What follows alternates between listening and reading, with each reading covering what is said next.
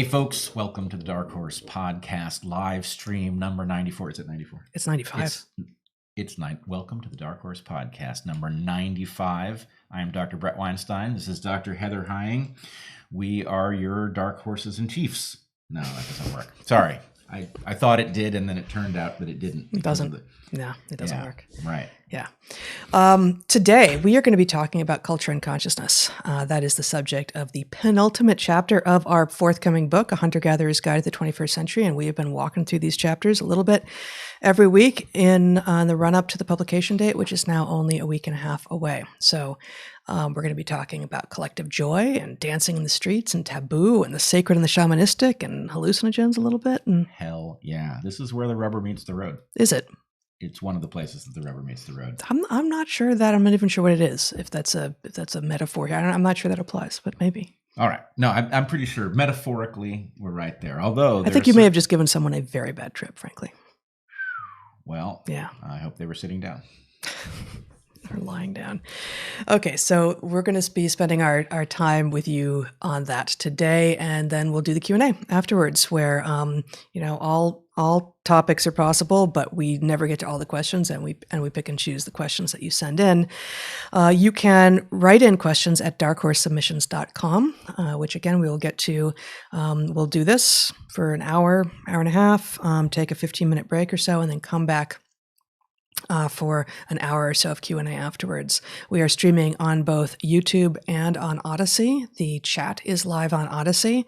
It is not live on YouTube, just because keeping track of two chats was a little much for our awesome moderators. Consider joining our Patreons to help support us, especially since we are still demonetized here on YouTube. Bret had an amazing conversation this morning with one of his Patreon groups, and you'll be having another one tomorrow. Yes, it was an excellent conversation. Thank you for it, guys. Excellent. For those of you watching, as I guess at the moment, everyone who's paying attention right now is watching. You just saw the back of Fairfax's head. So we will be having occasional cameos from Fairfax the cat, hopefully. Goliath t-shirts and other Dark Horse wares are available at store.darkhorsepodcast.org. Please consider coming over to naturalselections.substack.com to see weekly writings from me. This week I was writing about flow and various manifestations of how it is that humans find flow and therefore meaning. And today we have, before we get into the bulk of the show, 2 ads for you. First, we have Allform. This week's show is sponsored by Allform and also by ExpressVPN. But first, Allform is a company that is making absolutely terrific sofas. What makes it terrific? Well, you can customize your size, layout, and materials easily, and that comes at a fraction of the cost of traditional sofas. Pick your fabric, color, shape to fit your home and needs perfectly. They do armchairs and love seats all the way up to an 8-seat sectional. You can start small and buy more seats later on without needing to get a whole new sofa. Allform sofas are also delivered directly to your home. Shipping is free. They're delivered fast, just 3 to 7 days, and you can assemble it yourself. We've got a beautiful sectional Allform sofa in whiskey leather. It's soft and supple and not cold, and many people with leather furniture will recognize that often it's cold, and what seemed wonderful at some time of the year did not seem wonderful later. Now, we have not had this sofa in the winter yet, but it feels so warm that it feels like it's going to be inviting even when it's cold outside. The 4 of us and the dog and the cats often pile on it to watch movies some evenings, and it looks beautiful. It's very inviting and comfortable, and we really enjoy it a lot. And if you order one and don't like it, they've got a 100-day they've got a 100-day full refund policy. So you can say no thank you for whatever reason, and they'll come and pick it up for free. And they also offer a forever warranty. So to find your perfect sofa, check out allform.com/darkhorse, and you will get 20% off all of your orders for listeners to Dark Horse. Wow. allform.com/darkhorse, and I am out. Excellent. Well, I will see if I can improve on that. Right. Yes. Shouldn't be too hard. Here's something I did not know about ExpressVPN, even though I have been using it, which is that Netflix actually restricts what shows you can watch based on your location. And if you use ExpressVPN, you can therefore watch shows that are available in other locations that you don't have access to at your home location. So, for example, you can look at Pulp Fiction on Canadian Netflix. You can watch Modern Family on UK Netflix. You can watch Spirited Away on Australian Netflix, and so on. So how does this happen? ExpressVPN unblocks the content by changing your parent online location. It adjusts your ISP. They have almost 100 different server locations. And this works with many other streaming services as well. I personally have watched BBC documentaries that are not accessible outside of the UK by switching my location so that it appears that I am in the UK. And you can do this without even faking the accent. I was just going to ask. You're not even having to affect the accent. You do not. Although that can be fun. I do it anyway. Right, of course. You know, safety first. But the fact is you don't have to fake the accent and you can still watch everything on the BBC, which is great. So why should you choose ExpressVPN when there are many VPNs available? One, blazing fast speeds. They really are fast because they have all of these locations and somehow the interrelationship between them has been well optimized. So you will barely notice that anything different is happening, except that from the point of view of your ISP and others who might watch your behavior, they can't tell who you are because you've been pooled with other users. It is compatible with all of your devices. It's compatible with your phones, laptops, media consoles, smart TVs, and it encrypts your data. So you really are hidden and your data won't be sold to people who aggregate such things to build a model of you that they will then use to exploit your own psychology against you or whatever it is that they do. So, for instance, for example, model your psychology and sell you things you don't need, convince you of things that aren't true. All right. So be smart. Stop paying full price for streaming services only to get a small fraction of their content. Get your money's worth at expressvpn.com/darkhorse. Don't forget to use our link at ExpressVPN, expressvpn.com/darkhorse to get an extra 3 months of ExpressVPN for free. Yeah, I think you messed with the screen. There's something such that it is sending a really bad HDMI signal. I need one of your HDMI female connectors. Are we still streaming? You're live, but we are live. We are having a technical difficulty. Hey, Zach, wiggle the cable. I've done that. I need. So what is it that you need? Your monitoring screen that has password messing with the signal, and I need your HDMI female connector. You continue on. Okay. I think I know how to fix this. Maybe I should begin by reading an excerpt, since I honestly have no idea what it is that Zach is asking for from us. I'm not currently in the possession of cables, therefore I have no cables to offer. While we are working on our technical problems, I am going to read one of 3 excerpts this week from. We have it here. We actually just yesterday got a copy of the actual book in hand, A Hunter-Gatherer's Guide to the 21st Century, Evolution and the Challenges of Modern Life. And man, this just feels really, really good to have this after, depending on how you count, months of waiting, years of waiting, well over a decade in the making. So like we said, the penultimate chapter of the book is Culture and Consciousness. And we are going to share 3 excerpts from it today, and still, I basically wanted to read all of it, but we're not doing that. So let us begin. Let us begin with definitions. These will not precisely match others' definitions, but it is important on this topic to have stated what we are talking about. For our purposes, culture we define as beliefs and practices that are shared and passed between members of a population. These beliefs are often literally false, metaphorically true, implying that they result in increased fitness if one acts as if they are true despite the fact that they are either inaccurate or unfalsifiable. Culture is a special mode of transmission because it can be passed horizontally, rendering cultural evolution immensely faster and more nimble than genetic evolution. This also renders culture noisy in the short term, before new ideas have endured the test of time. Long-standing features of culture, by contrast, constitute an efficient packaging of proven patterns. Culture can spread horizontally, but its consequential parts are ultimately passed vertically from generation to generation. Culture is received wisdom, generally handed to you by ancestors and officially transmitted. Consciousness we define, as we laid out in the very first chapter of the book, as that portion of cognition that is newly packaged for exchange, meaning that conscious thoughts are ones that could be delivered if someone asked you what you were thinking about.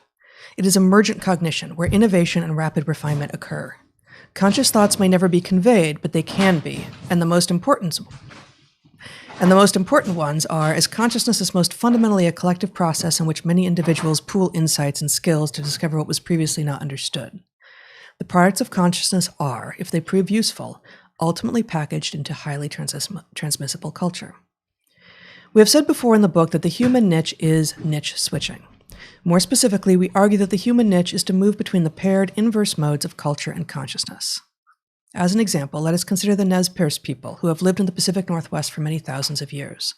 Since they arrived, they have inhabited a rich land, and they now have well-established cultural rules that keep them safe and thriving. Their diet has long included bulbs, the storage organs of plants, which do not want to be eaten.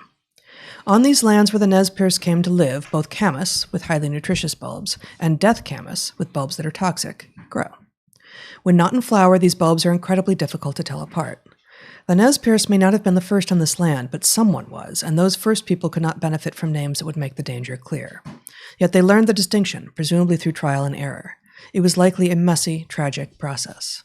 By the 19th century, however, when Spaniards were documenting what they saw among the Nez Perce, the system of distinguishing nutritious camas from their deadly relatives was nearly perfect. This is culture. When humans are exploiting a well-understood opportunity, like 19th century Nez Perce distinguishing camas from death camas, culture is king. But when novelty renders ancestral wisdom inadequate, as it was for the more ancient ancestral Nez Perce upon arrival in the Pacific Northwest, we need to shift to consciousness. Through parallel processing of multiple human minds, our consciousness can become collective, and we can solve problems that neither we could solve as individuals nor ancestors could have even imagined. Put another way, in times of stability, when inherited wisdom allows individuals to prosper and spread across relatively homogeneous landscapes, culture reigns. But in times of expansion into new frontiers, when innovation and interpretation and communication of new ideas are critical, consciousness reigns. That said, novel levels of novelty, such as we are experiencing now, are a special danger. This means that what is needed today, and urgently, is a call to consciousness on a scale that we have not seen before. So that's our first excerpt for today. And we are back in business here, tech-wise. Well, let's treat it as if it works, and if not, we will resort to other cameras. Indeed. So I'm really excited that this model is in the world. We have talked about it at least once publicly before. We talked about it on a discussion with Robbie George at a talk for Princeton. In the spring of last year. But I do think that humans are, as my advisor Dick Alexander famously said, the uniquely unique species. And the question really is, what is it about humans that allows us to be uniquely unique? And I believe that this model is a strong contributor to the difference. So just to flesh it out a little bit. Yeah. People will recognize that when we say, something like, what is a tufted titmouse, right? We're talking about a particular species. And as people remarkably do occasionally say to us. Well, sure. Yes. I mean, why wouldn't you? What is a tufted titmouse? What is a tufted titmouse? We're not going to answer that question here today. A tufted titmouse is just a stand-in for any species. And in general, if you ask what a species is, it comes with a description of a niche. Each species has some set of things that it does, and it can be a very broad generalist niche. A raccoon has a very generalist niche. It does a lot of different things, and it does them all a little poorly. Mountain lion is a little different. Mountain lion, different populations will exploit different kinds of prey, and so depending upon the habitat, they may look very different. But for human beings, it's very hard to specify what the niche is, because if you look at all of the various things that people do, it's tremendously variable. And if you look at all of the things that people have done while we have been fully modern people, it's even more variable. It's even more variable in some ways. In many ways, we're becoming a more homogeneous species. Right. In some ways, we are becoming more homogeneous. But obviously, if a modern human, that is to say, the physical being, can be teleported into any one of those niches and can function well so long as it develops there and picks up the correct programming to function, that suggests something very bizarre about us, which is that we are somehow a creature that upgrades our own software. And that does not mean improves it. It means radically swaps out one set of software at the point that you change what it is that you're eating and what sorts of hostile forces you're facing, switches out the software en masse in order to replace it with a software package that has been bootstrapped for the new local circumstances. That is an amazing capacity. So how the hell do we do it? How do we do it? And Dick Alexander had a different, a somewhat different, although not in conflict with, I would say, this model of oscillating forces, oscillating selective forces, right? That we were striving against effectively ecology, so-called Darwin's hostile forces, things like weather and climate and predators and parasites, and obviously we still have to contend with those things. There are those things are in the news now, right?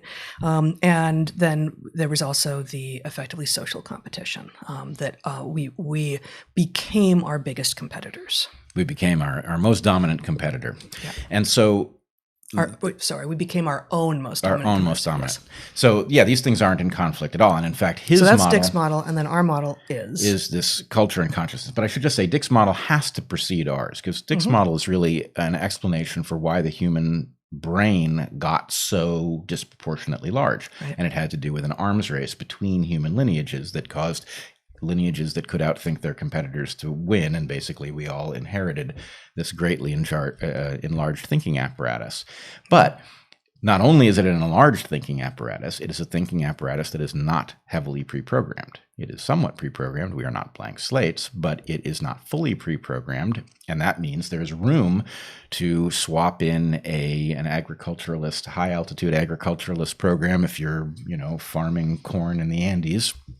Or you could swap in a marine mammal hunting program if you were, hunting whales in the Arctic. And right. That's a radically different way of being, and it requires very different programming. Exactly. And so, we are, and as we say in the book, we are not blank slates, but we are, of all the species on the planet, the blankest slates. And we are blanker even than our two closest extant relatives, that is the two species on the planet to which we are most closely related. We are equally related to chimps and bonobos. And they are interestingly quite different from one another. But I don't think it's ever been tried, but a prediction behind which I would stand and put a lot of money is that if you try to cross-foster a bonobo with a chimp family or a chimp with a bonobo family, the chimpiness will persist in the chimp raised with bonobos, and the bonoboishness will persist in the bonobo raised with chimps. Whereas if you cross-foster any human being in any other human culture, so long as you start at infancy, basically all of the things of the family in which the baby has been cross-fostered will come on board. Obviously, melanin isn't going to change, and facial shape. Although even some things like face shape will change as a result of diet, as we've talked about. Diet before. And different, you could at least have different facial expressions. Obviously, there's huge overlap, but exactly. But the language will be different, and the cultural, the memes and the expressions and the expectations, and therefore to some degree the periodicity and the timing of events. Babies who are raised with a lot of love, but in very restrained physical situations, among the Tajik, for instance, which we talked about a couple weeks ago, walk really late compared to weird babies. Western educated, industrialized, rich, democratic society bred weird babies, whereas some babies in Kenya, where it's the encouragement is to move a lot very early, they walk earlier. And you could take a Tajik baby and raise it in that Kenyan village, and that Tajik baby would walk earlier. This is not in the genetic layer; it's in the software layer. It's in the software layer, and it is both the fact of the software layer, which a lot of this will be familiar in one regard or another to people who've been watching and listening to us, but the software layer is every bit as biological. It is a different way of transmitting information. It is transmitted outside of the genome, but it is not less biological. And we argue, I think persuasively in the book, that it is subject to the objectives of the genome. And so the question is, how does a genome that is trying to get into the future and doesn't really care about how, it doesn't care about in what form or through what behaviors, upgrade its software program so that it can take advantage of whatever opportunities it encounters along the way? And so we argue for this oscillating set of modes, one which you use when you figured out how to behave in a particular habitat, and one which you use when you have to figure out how to behave in a new habitat, whether that's because your old habitat changed or because you've moved or because you live at the edge of a habitat where your ancestral population developed its insight. And it is this ability which, the key thing is that human beings can do something that no other creature can do.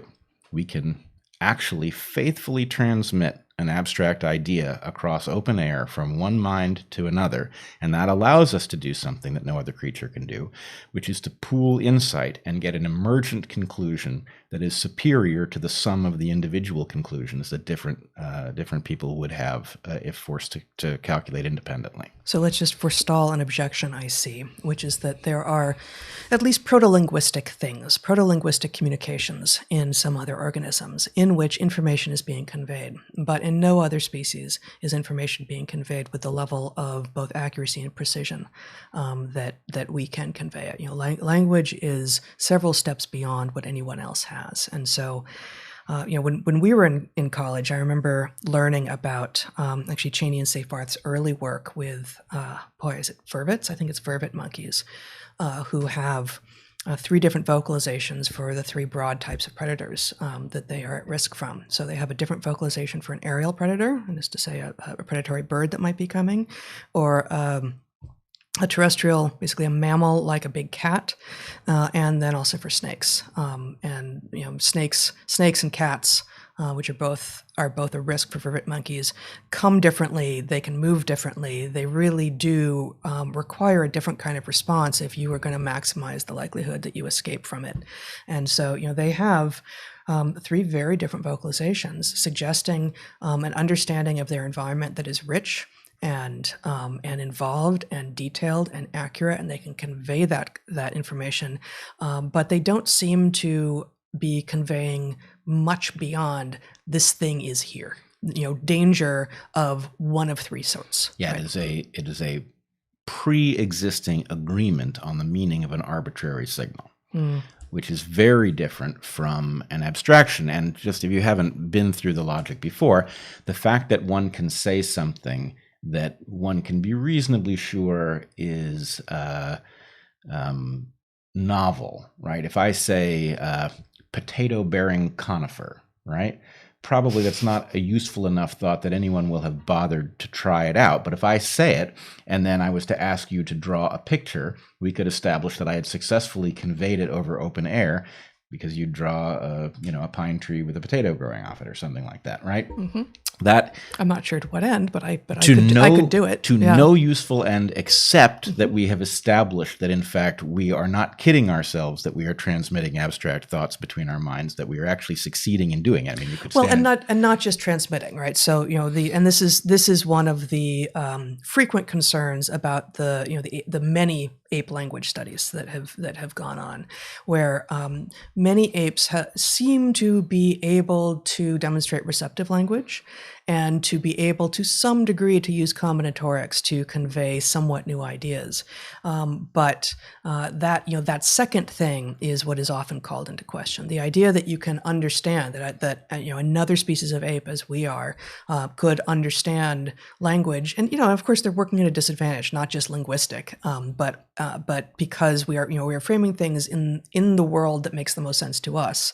They're working with the handicap that we have handed to them, assuming that they are like us, and of course they are in many ways, but they will not be in some others.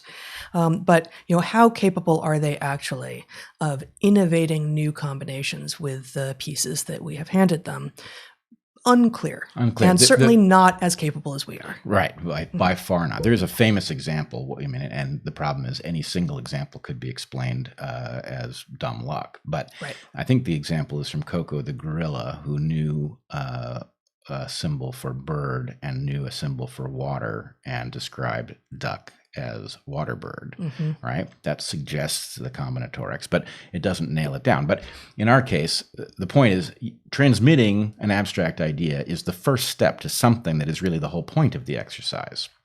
If I can transmit an abstract idea about a problem I have seen or a solution I have imagined, and then you can run it through your separate mind with your separate skills and without my blind spots, then we can recombine what we have both come up with. And that's where the emergent value comes from. And that also reveals that the first individual to be expressing a new idea maybe doesn't need this, but it will be helped, and there will be a greater chance that they will make the attempt to convey something in the first place if they have theory of mind. So I would say theory of mind, which we know to be already present in apes and baboons, which are not apes but are old world monkeys, to a large degree. If you don't have theory of mind and you therefore imagine that everything else sees the world exactly as you do, to what end conveying new things, right? The fact that you have an idea in your head may feel like, okay, so I assume she knows that as well. So theory of mind would seem to be a sort of implicit base layer as well. Well, yeah. I mean, at some level, I think even a shared language makes theory of mind so utterly inherent, right? If I'm talking to you and I say, grocery store, right? I know exactly what you put together. Maybe I can't paint the identical picture, but whether you imagine a bodega or a supermarket, it doesn't matter. I know that it lands in a certain quadrant. And if I speak to somebody who speaks Mandarin and I say, grocery store, I don't know that they pick up anything, right? Because I just don't know whether that word will even register as a familiar one. Now, maybe it does. Maybe that's one of the words that is crossed over. But the point is, theory of mind, a shared language is a almost impossibly complex shared theory of mind inherently. Indeed. And anyway, it creates the basis for overcoming obstacles extremely rapidly, right? Think about what evolution has to overcome if it functions at a genetic level in order to innovate the tools necessary to hunt a new kind of prey, right? Unless it's very like an old kind of prey, it's going to take a long time for the program to be modified at a genetic level. Whereas it can be modified in hours if people get into conversation about, here's what we're doing, here's why it doesn't work, and here's what we might do that would fix it, right? That's a very rich conversation. And basically it turns evolution onto an extreme form of fast forward, which is the reason that human beings don't have a niche, is that we're actually better off without one, because it means if we happen onto a niche, we can figure out what to do with it. So we're constantly happening upon new niches through spatial exploration and creating new niches through technological innovation and the like, and therefore over time we find new niches as well. So and you already invoked this, but traveling across space and time, we are able to deal with the new niches that we are either finding ourselves in or creating for ourselves better than any other species on the planet, but not quite good enough to deal with the rapid change that we are creating on the planet today. I think this is a good segue to the next very short excerpt. We're skipping over consciousness and other animals and going to innovation at the margins of the ancestors' wisdom. This again from A Hunter-Gatherer's Guide to the 21st Century. During the peopling of the New World, when was relying on consciousness more effective than relying on culture? Under what circumstances are cultural rules more trustworthy? As the Nez Perce or their ancestors moved into the range of Camas and Death Camas, they were looking for food in an increasingly unfamiliar landscape. The staples they had come to know were their cultural standbys. As those familiar foods became harder to source, innovation became ever more necessary. They were reaching the limits of their ancestors' wisdom and confronting a puzzle for which the best tool was consciousness. As the people move across space, it is relatively easy to notice as the ancestors' wisdom becomes less applicable. As the people move through time, however, as we all do, elders may not recognize their wisdom becoming out of date. The young see it. It is no accident that those who are coming of age in times of change push boundaries, and that language and norms change somewhat with each generation. Throughout history, the ancestors' wisdom has generally remained relevant long enough for new generations to get their footing, to know what needs to be pushed against. As a people move through time that is changing extremely rapidly, however, as our world is now, it is more difficult to know what to do with the increasing irrelevancy of the ancestors' wisdom, and with what to replace it. The margins of the ancestors' wisdom are rarely hard and fast. At those margins, wherever they are, it is time to niche switch. Consider three broad contexts in which humans have learned and innovated in times past. The first is the utterly new idea. the idea that springs to mind often unbidden and without explanation.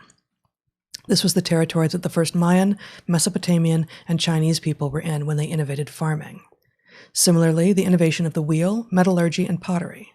Before those things existed, nobody knew they were possible. The second context in which innovation occurs is when you know that something is possible on the basis that it's been done before, but you have no idea how to make it happen. The Wright brothers saw flight in other organisms and felt confident that it could be accomplished by machine. Third and finally, you might have instruction. You know what you're shooting for and have someone or some set of rules or instructions telling you how. Between school and YouTube, we often conflate this third kind of learning for the only kind of learning that is possible. The third type of learning is the most cultural. It is the learning of received wisdom. In contrast, humans are at our most conscious and therefore our most innovative in the first two contexts. When the status quo is no longer sufficient, we must seek to innovate, to push beyond how it's always been done. The status quo is in inherent tension with our unique insights. Those ideas that we have deep at night are often syntheses, reflecting the pulling together of common threads into uncommon meaning. So these three contexts, and everything in this book does tie together as diverse and broad as the book is, but talking about the three different ways that humans can learn. And just making explicit that school and now YouTube, and many people will be surprised to find us lumping YouTube with school, but YouTube and school, especially the YouTube videos that provide direct instruction for how to do a thing, are a very explicit, modern, cultural mode of conveying information that allows for very little freedom and innovation and consciousness. Well, actually, I think it's important to realize that school is necessary in some sense, but it is inherently, if done right, a supplement to the majority of learning, which is not best done in school. So, for example, and I think the example that makes this clearest is nobody needs to put you in school to teach you how to talk, right? Teaching you how to talk is something that happens automatically. If your ears and your mind are healthy at birth, we can't even stop you from learning to talk. You'll pick it up out of the air, and very probably your parents are programmed to be unable to resist the things that will help you do it, like babbling back at a child. It's very hard not to babble back at a child what you heard them say, right? Now think about it. The way you sound to yourself inside your head is very different from what other people hear. So how useful is it to have somebody tell you, oh, here's what I heard you just say, right? It's a feedback, right? Mm-hmm. So anyway, the point is it's a way to allow the child to error correct. Right, exactly. It's not mockery. It's a route into. I mean, it is training theory of mind. It again requires theory of mind.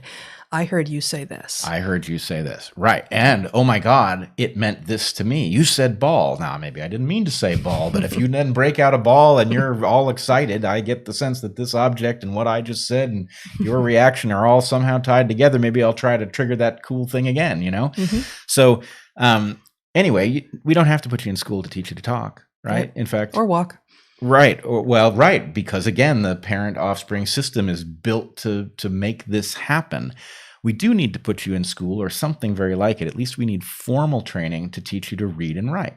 Mm-hmm. And the reason for this is pretty obvious, at least in retrospect.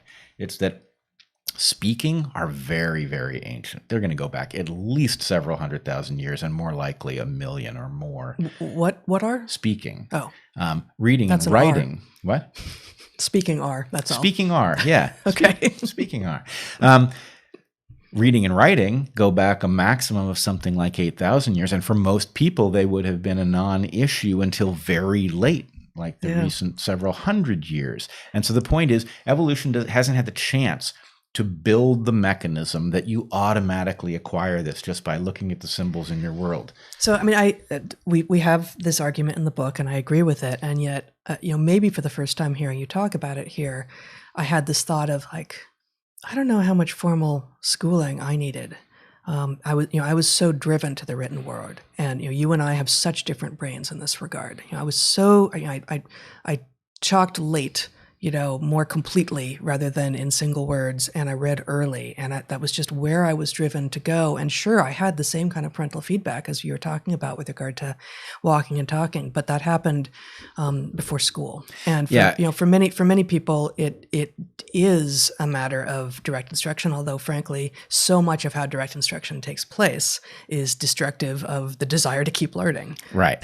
I'm not arguing that school itself is necessary, but the formalism of this is an alphabet, right? These are the letters in it. This is the sequence in which they come. These are the... Yeah, I'm not sure. Like, I think that is the way it is taught, and that's not the way that some of us learned it. We were walking around doing, sort of picking symbols out of our universe, going like, oh, that I see that other people look at that and are making meaning from it, just like you're talking about with regard to spoken language. I believe the motivation would be there, but I don't believe that you would. The amount of arbitrariness in an alphabet and the way alphabetic symbols are put together into words, and at least in English, right, the variation of the pronunciation of those phonemes and all of that. You need somebody to be the one to clue you into the underlying arbitrary associations before you can begin to put them together with the stuff that you already have on board, which is the spoken word, right? So you know that there is a word for duck, right? And then the arbitrary symbols have sounds, and then those sounds come together, and it's like, that's the overarching symbol for duck. This is interesting. I really do think you have a model in your head that's not a match for what some of us experience. The idea of like pieces that come together. It's like not necessarily. I don't think this is the place to get mired down, but I do think that that those of us who are very driven to and seek out and always want to have sort of written word in front of us are probably likely, and at least anecdotally in my case, we're not people who were doing like, phoneme, let's see what it sounds like when you put it together. It was much more like, and we're in, and we're doing like... but it's interesting to me that we have a disagreement here. You have to be able to say, Daddy, what's this symbol?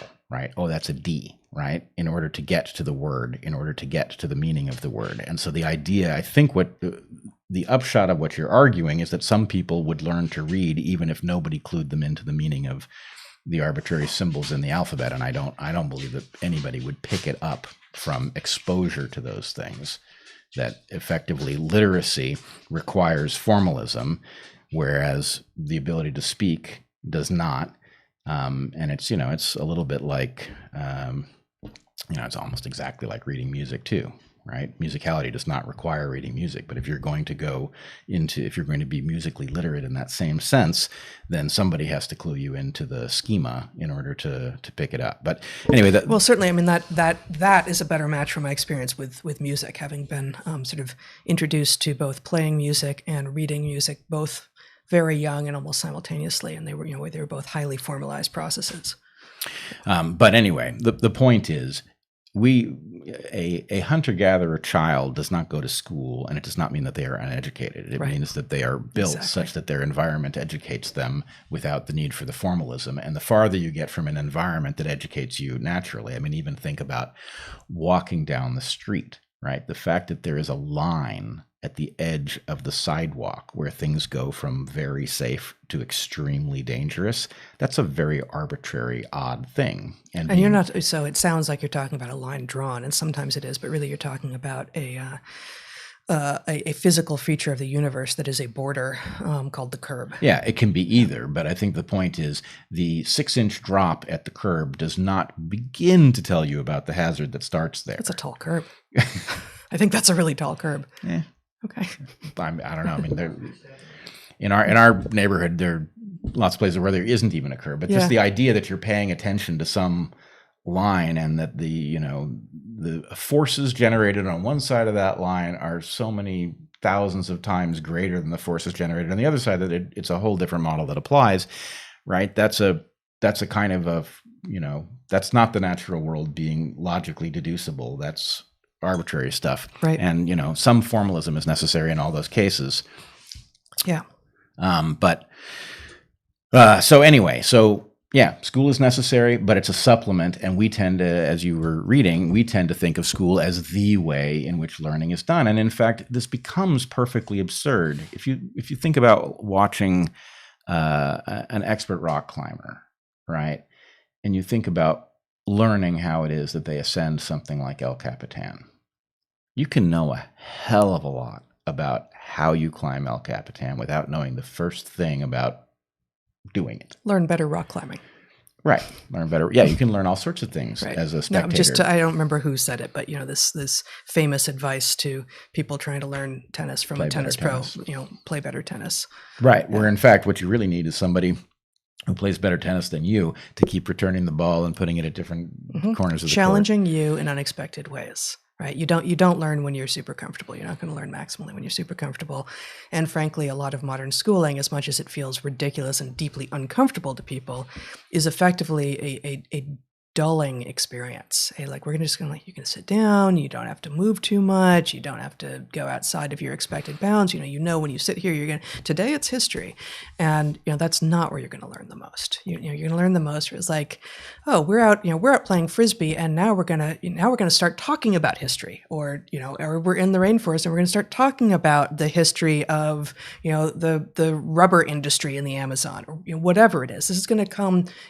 The lessons that come at the unexpected moments and throw you are where you are likely to learn the most. Yeah, absolutely.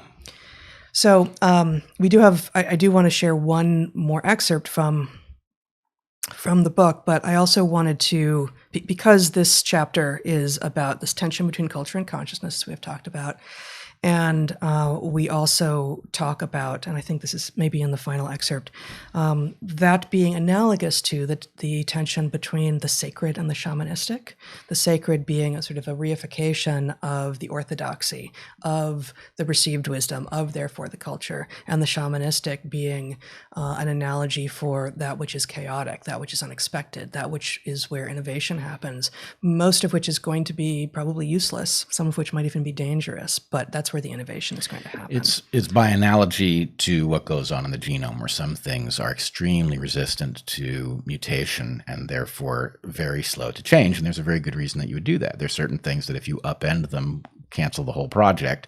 And so they get special protection from change. So sacred in cultural space is that which is heavily protected from change, because change tends to be very disruptive.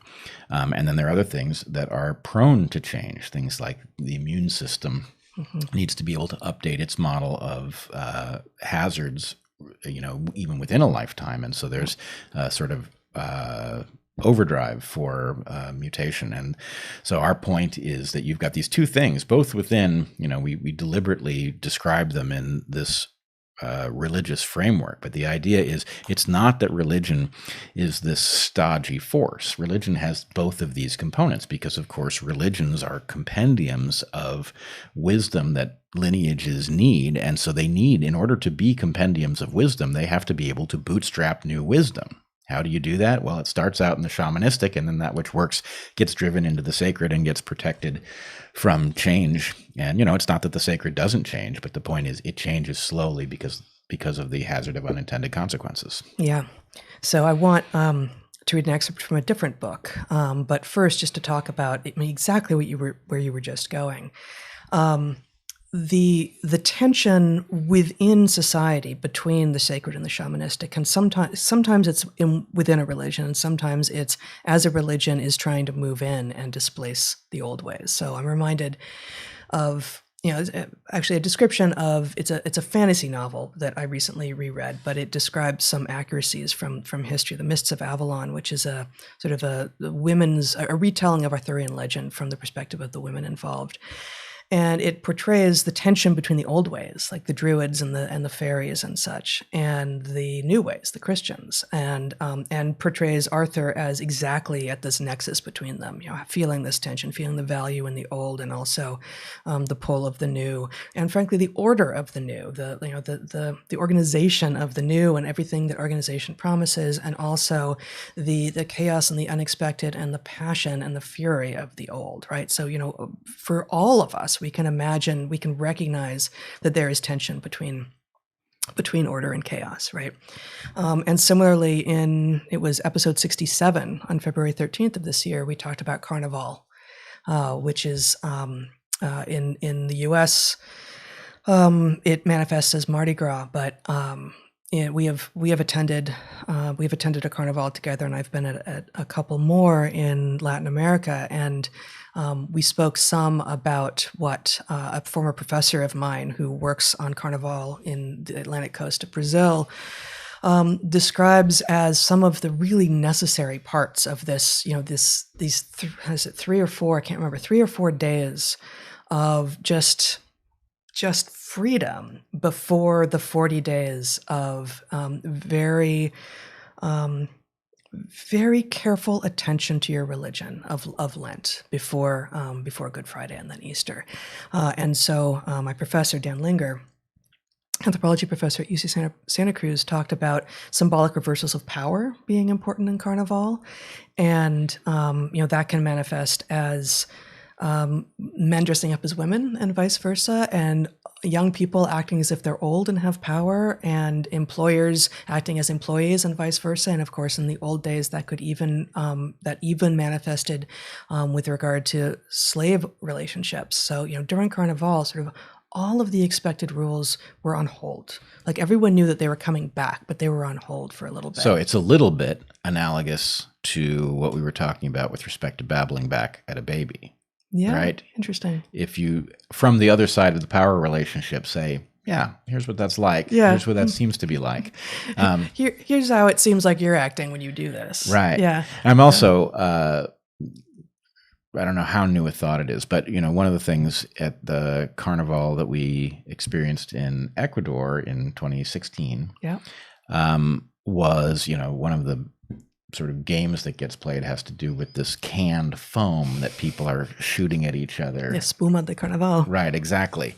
And I was remembering, we may have even showed a picture of it, this police marching band being sprayed with foam by onlookers. And the thing is, it's actually, if in the U.S. context, the tension between police and others is such that it's almost hard to imagine such a thing. Yeah. But the idea that, this band is just playing on as people that, they would have had a very different power relationship with under any other circumstances, were freed in some very non-lethal way to, to blow off steam at them.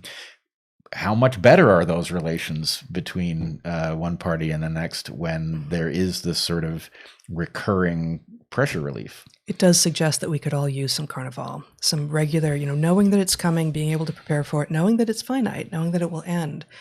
But that I think some of what happened last summer in the U.S. and to some degree large cities around the world with regard to the protests that became riots was, as we said then, a response to lockdowns, but it was in part precisely a response not just to lockdowns of being away from one another, but there were no concerts, there were no festivals, the bars were closed, and it's easy to dismiss such things, festivals and concerts and bars and large parties, as unimportant, but they're not. They're not. They are necessary for humans. And, different people enjoy them differently. Some people have none of them in their lives and do just fine. And some of them live for these things and maybe could do with a little bit less and would be more productive. But the idea that they are frivolous and can just be dismissed with no cost is absurd. So, there are symbolic reversals of power in Carnival. There are rituals of rebellion and critiques of the status quo, and inviting in of the liminal. So specifically, this professor of mine, almost 30 years ago, was talking about working at the edge of consciousness, specifically at Carnival, that this is a place for conscious exploration and play. And I'm reminded of that too in this terrific book. This is a 2006 book by Barbara Ehrenreich, Dancing in the Streets. I don't even know where my camera is. There we go. Dancing in the Streets, A History of Collective Joy, which is a book that I read actually as part of one of the programs I taught. The linguist I was teaching with recommended it, and we read this. And I have just a short section from Chapter 2 that she's called Civilization and Backlash to share. Almost as soon as ecstatic rituals appear in the historical, that is, written record, a note of ambivalence enters into the story, a suggestion of social tension surrounding these rituals and even violent hostility towards their participants. Euripides' play, The Bacchae, for example, both records these tensions and expresses what seems to be a tormented ambivalence on the part of the playwright. In the play, Pentheus, the king of Thebes, greets the god with derision and determines to suppress him by force. "Go at once to the Electron Gate," he commands his officers. "Tell all my men who bear shields, heavy or light, all who ride fast horses or twang the bowstring, to meet me there in readiness for an assault on the Bacchae. This is past all bearing if we are to let women so defy us." At first, the play seems to take the god's side, mocking the uptight Pentheus and showing the community elders piously joining the Maenads in their revelry. After all, if the beautiful young stranger is indeed a god, it is incumbent on good citizens to observe his rights. But things end badly for both sides. Pentheus is killed and dismembered by his own mother, who, in her god-given ecstasy, mistakes him for a lion. We've all been there. The ambivalence and hostility, that was not Aaron Reich, that was my editorializing, in case you guys were wondering. To continue with Aaron Reich's words. Actually, this is all fabulous, but I'm just going to skip to this paragraph here. "We have some evidence from a very different part of the ancient world of the dampening effect of civilization and social hierarchy on traditional rituals. Recent carbon-14 dating of an archaeological site in Oaxaca suggests that the earliest residents, who were hunter-gatherers living about 9,000 years ago, met on a cleared dance ground for rituals that included the entire community. Later, with the rise of agriculture, rituals appear to have been enacted solely by initiates who were social achievers or members of an elite, and most likely men. Finally, with the emergence of organized and militarized states 2,000 years ago, the archaeologists deduced that, quote, many important rituals were performed only by trained full-time priests using religious calendars and occupying temples built by corvée labor. In the Oaxacan case, only a few thousand years appear to have elapsed between the archaic danced rituals of Paleolithic bands and their refinement into the formal rituals of the civilized state." And I mean, the whole book I recommend, but it really is both an exploration of the history of ecstasis, of ecstasy, of finding ecstasy through movement, through dance, through. She doesn't go, I think, if I remember, too much into the use of exogenous substances, although those are certainly present in almost all of these cases, at least by some, and the orthodoxy, the controlling part of society that says, actually, no, you shan't do that because, well, you'll be less productive. And the pushback comes with lots of words, and some of them are true, and some of them is just a cover story. But you'll be more productive if you don't do that. We're going to restrict that just to say Carnaval, but really, it's about control. And people experiencing ecstasis, experiencing these kinds of hyperconscious, perhaps entheogen, inflamed states, are hard to control. They're hard to predict, and it's hard to know what they're going to do next and what they're going to think next, too. Well, it's a high noise, high creativity state. Yes. And the point, noise isn't good. Noise, in this case, I'm talking about statistical noise. And I guess the short version of this would be, in a complex system, there are a huge number of influences. And you may be interested in one particular parameter, and everything else that affects it is noise with respect to the change in that one parameter. So there's lots of noise in the cognition that comes along with things like entheogens.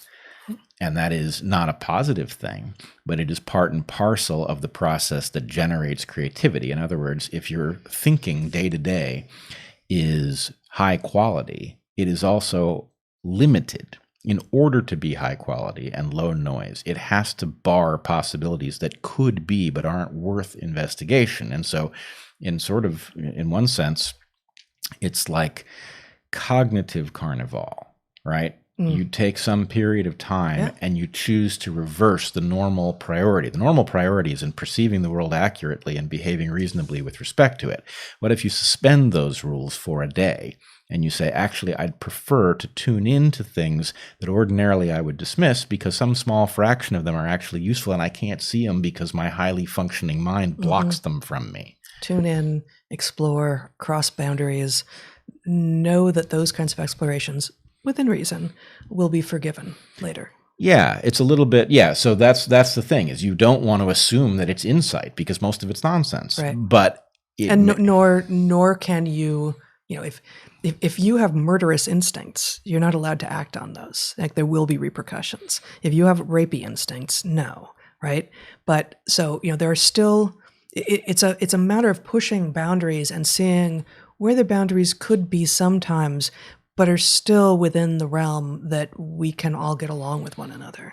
Yeah, or I would say, if you're the kind of person who doesn't have those things sufficiently locked down that you can't be sure they will not rear their ugly head, then that's not an experiment for you. Right. But if you are the kind of person who can handle relaxing the mental controls that usually keep madness at bay, and you can say, well, I would like to try madness for a brief period of time and see if anything comes of it, then it is an experiment with Turing. And I would also, this may seem like a weird segue. It's a segue certainly to an earlier chapter in the book, but we are faced with very difficult challenges. We ultra-moderns, right? Hyper novelty has thrown us, for example, a puzzle about what to do with the relationships between the sexes, how to build a relationship when the stuff that used to make relationships coherent and necessary has evaporated, and how do you bootstrap the new version of this?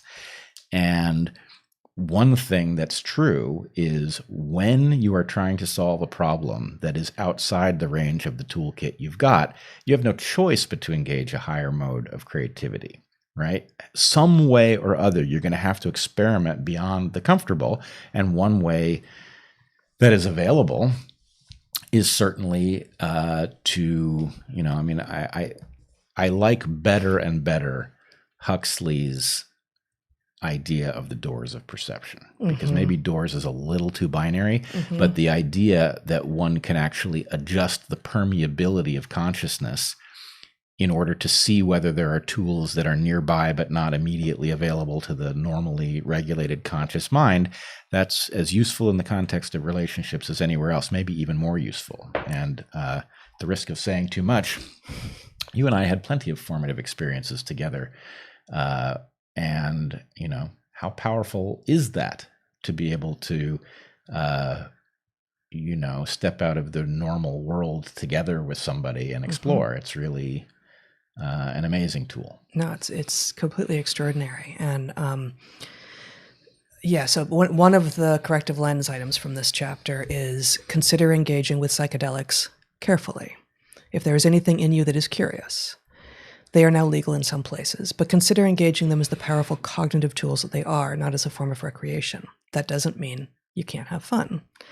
And certainly, we've had a lot of fun with them, and we've had some times that were not fun, and they were some more formative than others, but they were all impactful in a way that is impossible to describe. It's maybe a little bit analogous to the idea of trying to tell someone what parenthood is like if you don't have children.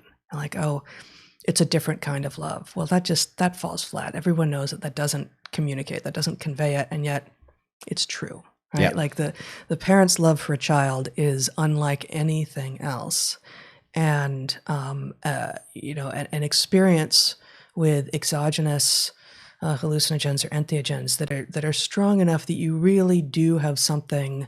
The language used is ego death, and I'm not sure I totally like that language, but something strong enough such that you lose your desire to control your situation, or you lose you know that you've just lost the ability to do so, and so you just are there, is extraordinary with regard to opening up, as you say, the doors, the doors of perception. And I will say, I don't know that I have a particular excerpt to share, but just another book, and we'll put these in the show notes as well. This book on drugs.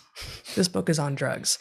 And I think that's just it. There's no subtitle, by David Lentz. And it's old at this point. It's from 1995, which is, it's fascinating to read a book that is so current and so modern, that exists practically before the internet. It's not before the internet, but certainly before social media, before even, 1998, before the .com bubble. But his descriptions, he explores just so much of what it is, what drugs are, what they do, how drugs are described in society by the orthodoxy as an uncivilizing influence, especially on children. And he specifically, if memory serves, talks about differences between what he calls drugs of desire, cocaine, crack, speed, and drugs of pleasure, which is a strange word, but by which he is including marijuana and psychedelics. And the first category being sort of short-term pretty uninteresting and pretty much not valuable. And Yeah. I'm editorializing here, but if memory serves, it's been a while since I've read this.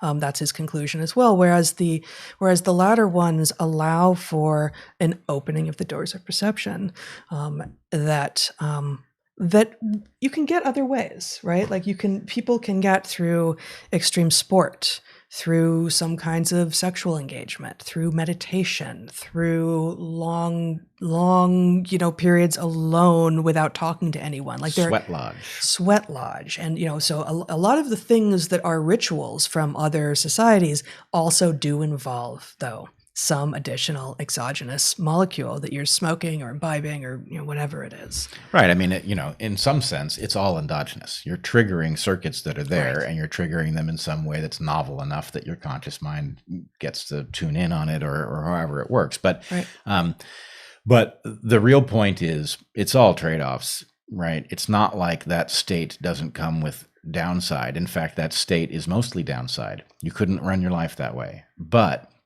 borrowing from it a little, diminishing returns being what they are you better off living your entire life this side of that boundary, or would, a tiny periodic adventure across that boundary be worth a tremendous amount in terms of what you got to understand about even what your own mind, one of the things, these sort of inadvertent lessons that I got from it is how little direct perception is really just you seeing the outside world. It's color by numbers, and it's done very, very well so that you do get a real sense of where the objects are and what they're made of and all of that, right?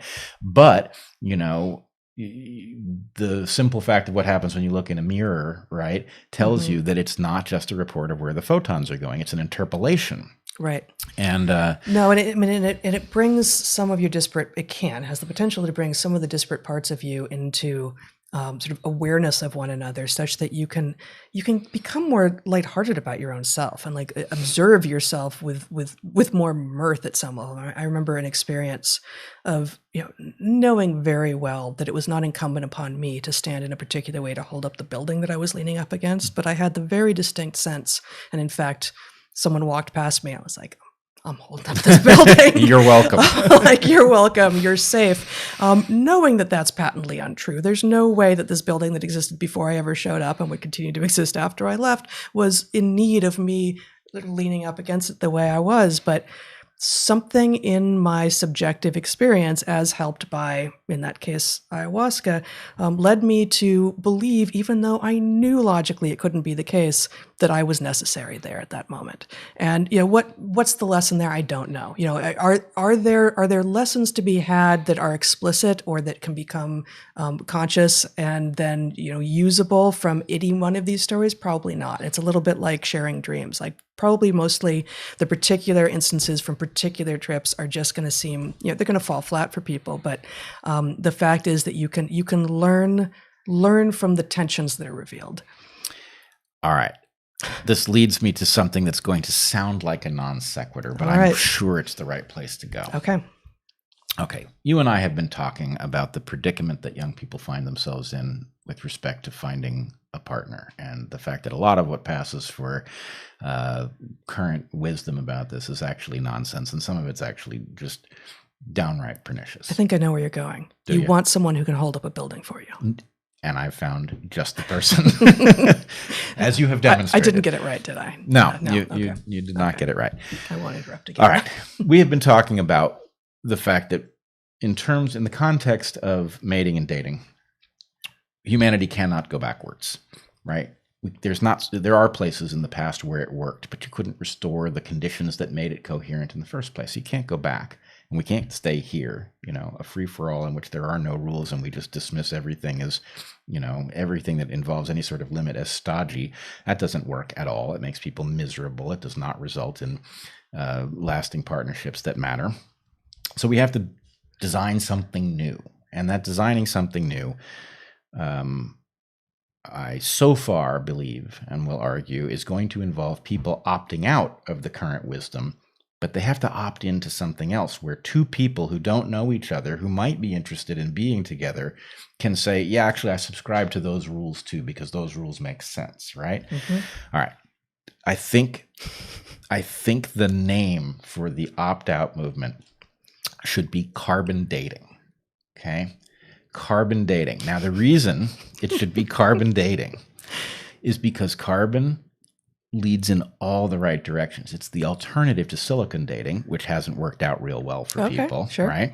Yeah. Carbon dating is the organic version. It's new, it's up to date, right? But carbon dating also involves things like real experiences. It could involve, if it's your sort of thing, using entheogens to change which, sets of neurons are prone to fire in a given circumstance. So experimentation could generate the rules of carbon dating, but saying carbon dating seems to me like a good shorthand for, I'm in on the idea that we're trying to find some new set of rules that make sense because no rules isn't working out. Yeah.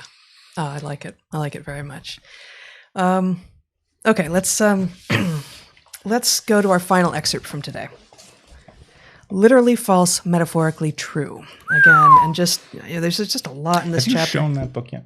I did. It makes me very. I was doing it while you were working on the tech stuff. So, so we actually makes me very, very happy. We got it yesterday. Apparently, they have sold enough of them in advance that the copies that we were supposed to end up with got sent to other people. So anyway, we have just seen it, and we're kind of excited to hold it in our hands. Very much so. So we're not going to read on conformity or religion and ritual or sex, drugs, and rock and roll on the sacred versus the shamanistic. We're saving that for those of you who actually get the book. But we are going to read literally false, metaphorically true. I am going to share that here. It's 3 pages. Cultural beliefs are often literally false but metaphorically true.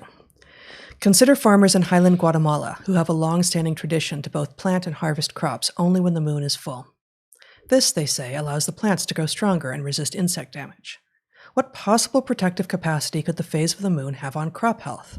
Presumably none. But the phase of the moon can synchronize the farmers. A full moon is effectively a giant sky clock, a keeper of time that everyone in the region can see. If all farmers in the region believe that a full moon has salutary effects on their individual crops, they will likely restrict planting and harvesting to the full moon, and this will, in fact, benefit everyone's crops, just not for the reason the farmers believe. A belief in the power of the moon to directly affect crops effectively satiates predators by concentrating the harvest into brief periods, during which time crop predators cannot eat all of everyone's crops. It is easy to dismiss many myths and beliefs of old precisely because they are literally false. Indeed, doing so is almost a sport among some hard-headed people. Take astrology. It is clearly beyond reason to imagine that the stars that we see, many of which are thousands of light years away, are having a direct impact on human behavior. Similarly, it is beyond reason to believe that a passel of angry gods is the reason for tsunamis. Yet among the Moken, those who believe in those gods survive at higher rates than those who don't. And it is surely beyond reason to believe that a full moon is protective of crop health, yet among Guatemalan farmers, precisely that belief results in more productive farming. In each case, the belief is literally false, but metaphorically true. This means that the cover story isn't true, but when people behave as if it were, they prosper. This is how religion and other belief structures spread. Even if such things are not literally true, acting as if they are benefits people. Sometimes it even benefits the biodiversity and sustainability of the land on which they live. In its modern tabloid form, astrology is bunk. But astrology has probably not been so everywhere and for all time. If, and this is a big if, you control for where a person was born, might not the time of year that they were born have effects on how they develop and therefore who they become? And aren't astrological signs just an ancient way of keeping track of the months, more or less? If we look at astrology this way, rather than as a modern indulgence that is too free of context and history to have meaning, it begins to look promising. Is a newborn in a Minnesota winter exposed to the same pathogens and activities as a newborn in a Minnesota summer? Surely not. And sure enough, there has been work done to bear out this idea. Culling data from over 1.75 million records at New York Presbyterian Columbia University Medical Center for people born between 1900 and 2000, researchers found clear correlations between birth month and lifetime disease risk for more than 55 different conditions. With affected systems ranging from cardiovascular to respiratory, from neurological to sensory, the sheer number and breadth of medical conditions that vary in lifetime risk by birth month should be enough to make a thoughtful person rethink a wholesale rejection of careful astrological thinking.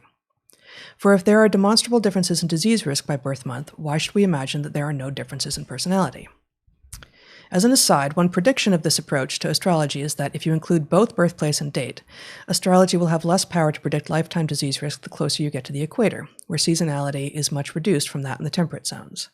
Another prediction is that the more a person moves around as a child, the less predictive astrology will be for them. And if you don't include birthplace, astrology should have no predictive power at all. Distortions that help you survive and thrive are adaptive. Myths and taboos often make little sense to outsiders, and some of them are surely misguided, even counterproductive for those who honor them. Some surprisingly precise taboos are likely overgeneralizations from an actual event.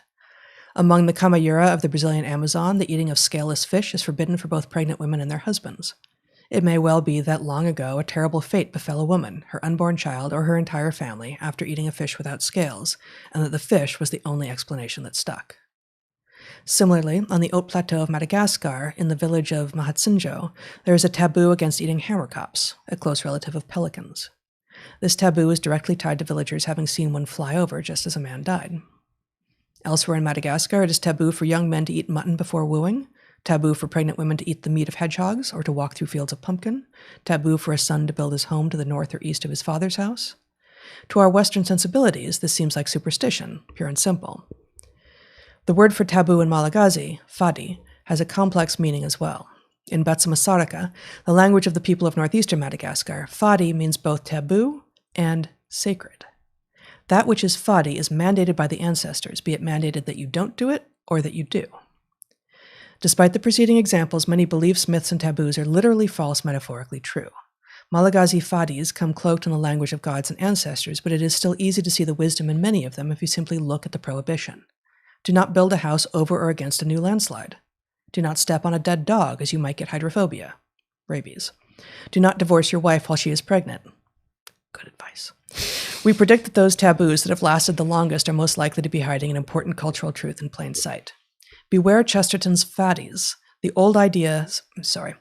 Chesterton's fadis. The old ideas may have hidden truths, and those truths may be difficult to recover once they have been dismissed. Joseph Campbell observed that mythology is a function of biology. He was correct. As an evolved creature, you are built to succeed, and sometimes that involves telling yourself stories. Finding yourself in a raft near the top of a dangerously tall waterfall, you might be about to die. If you believe that the shore is within reach and paddle like hell, you just might make it. Those deflated by long odds will leave no trace. Belief can be the difference between life and death. I believe you have angered both the old gods and the new with that reading. Yes, I'm sure that will anger at least some proponents of both the old gods and the new.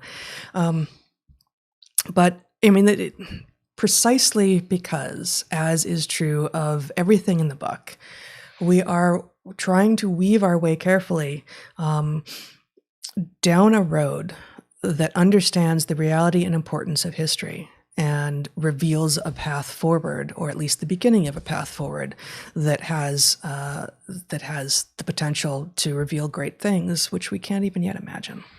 Yep. I mean, in fact, as we present this in the book, and as we have mentioned periodically here, this activity, whether it's writing the book and having people read it and discuss it, or us talking about ideas from it and other things, is effectively a modern version of the campfire around which consciousness would have been practiced. Mm-hmm. And I think maybe we did not say up front that one of the implications of the model of consciousness and culture that we present is that it reverses the natural expectation about why consciousness emerged. So while consciousness has been famously resistant to explanation, if you think of it primarily as, and we argue that it would initially have evolved as a mechanism for individuals to pool their cognitive strengths and come up with an emergent sum that is greater than or an emergent whole that is greater than the sum of the parts, then individual consciousness, which we all take to be primary because we experience individual consciousness, and intersubjective consciousness is something that we only have indirect access to. The idea that we may share a thought is not as vivid as any thought that either of us would have. It's much more powerful because there are two minds involved in creating it, but it is much less visceral. Mm-hmm. And so our argument is that we have studied consciousness incorrectly in science. And in fact, this is reinforced just by the practicality. You can put an individual into an fMRI machine. You cannot put a group of people into an fMRI machine and see what is shared in their cognition, at least not simply. One of the big drumbeats of the book, of course, is a recognition of the value of the reductionism in modern science and medicine, and also a rejection of its ubiquity, of mistaking that which can be easily measured for that which is the most important thing in a system. Absolutely. And so in this case, it's not that we deny the existence and the importance of individual consciousness, but we argue that it is likely to have come second, that you build a model that allows people to pool their consciousness together. And then once you have the tool that involves knowing what is likely in someone else's mind, maybe because you placed it there, you now have a tool in which you can have an argument with yourself. You can hold two ideas and compare them as if you were two different minds comparing notes.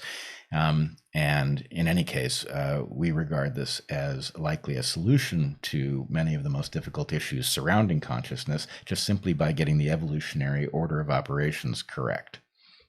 That's right. Well, that's what I've got for today. Do you have anything else that you want to wrap up with? No, I think we've more or less covered the territory. All right.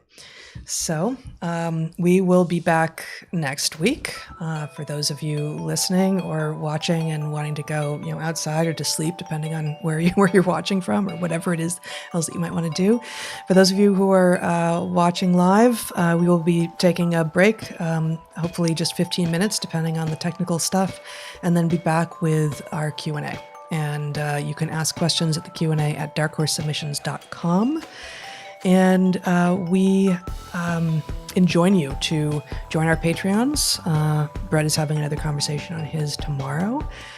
You can get some stuff that has Dark Horse branding on it at store.darkhorsepodcast.org. You can email logistical questions like, how did I do that again? Not, I want them to address this in the Q&A, but logistical questions to darkhorsemoderator@gmail.com. And please consider, if you like this, actually liking it and sharing it and subscribing both to this channel wherever you're watching it, but its mirror channel on YouTube or Odyssey, depending on where you're watching it, and also Dark Horse Podcast Clips, which our amazing clips guy pulls what he views as the most salient things from each week's episodes and puts them on the Clips channel. So if you have any suggestions that you think would be particularly good clips this week, things that you would like to share in a smaller form than the whole podcast, you can email those suggestions as well to darkhorsemoderator@gmail.com. Have you suggested that maybe, given that the book is going to emerge on the 14th of September, that it would be a great time for people who haven't already ordered it to order their own copy so that it arrives and they can get in on the discussion? That's right. It is available for pre-order now everywhere. Apparently it's at Powell's. One of our neighbors just pre-ordered it at Powell's, so that's our local amazing independent bookstore. But it's available at all the usual suspects, and will be available in audiobook as well. UK and UK like colonial territories, I guess. It'll be available maybe 2 days later, I think. Publication date is September 16th. But yes, please consider doing that. And before we see you again next week, we will be talking to some other people about the book. Some other podcasts will be beginning to emerge. Is the title in the UK a hunter-gatherer's guide to the 21st century, or is it a warm beer drinker's guide? I know they considered that briefly. They sure did, but we pushed right back. Yeah, we pushed right back. It does have a different cover, but it's the same title. All right, until we see you next, be good to the ones you love, eat good food, and get outside. Be well, everyone.